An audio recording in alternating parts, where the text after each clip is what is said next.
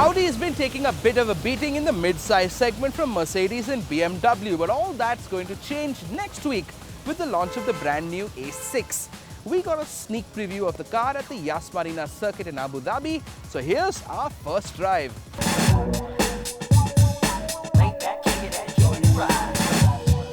Thanks to the magic of television and transcontinental air travel, we find ourselves on a racing circuit. The Yas Marina circuit. What are we doing here, you ask? Well, this is the location of the Abu Dhabi F1 GP. We're here for the media drive of the all-new Audi A6.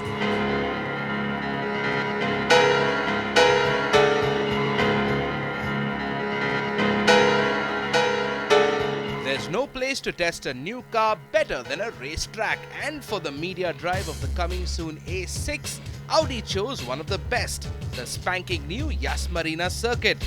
It was here that we got our test drive of the brand new Audi, on the straight flats, the sharp corners, and we even got a chance to stray off the track a little bit onto water hazards to play with the ESP program. Right, so the car we're driving today, the new A6, this one comes with a 3-litre TSFI engine. It's got 2,995cc. This is a V6.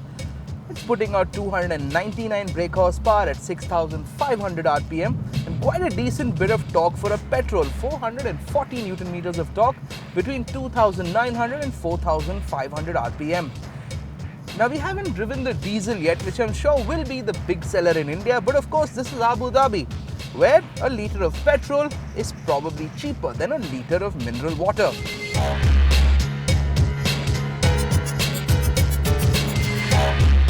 This 3-litre V6 petrol will come to India, and it sure is a flyer.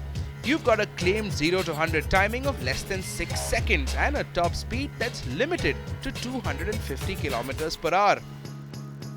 But then in India, a litre of petrol is about as expensive as a litre of blood.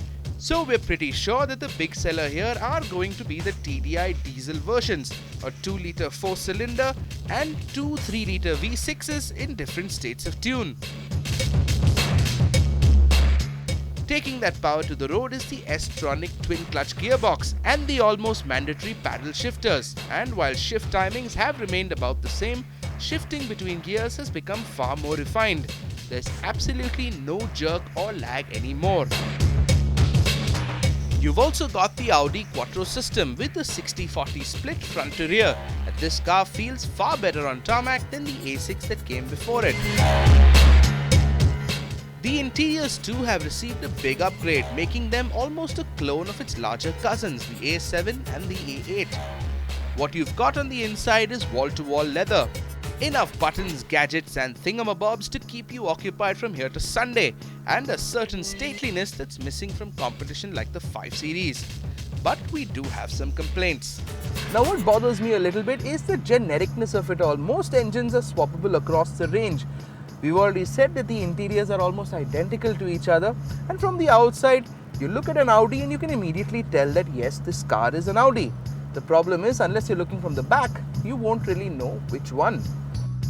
The all-new A6 is set to be launched in India next week, so for a full and complete road test, watch this space.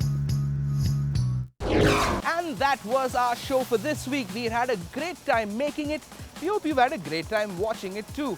Remember, you can catch the entire episode online at timesnow.tv or join the conversation at facebook.com/timesdrive. Till next week then, ciao.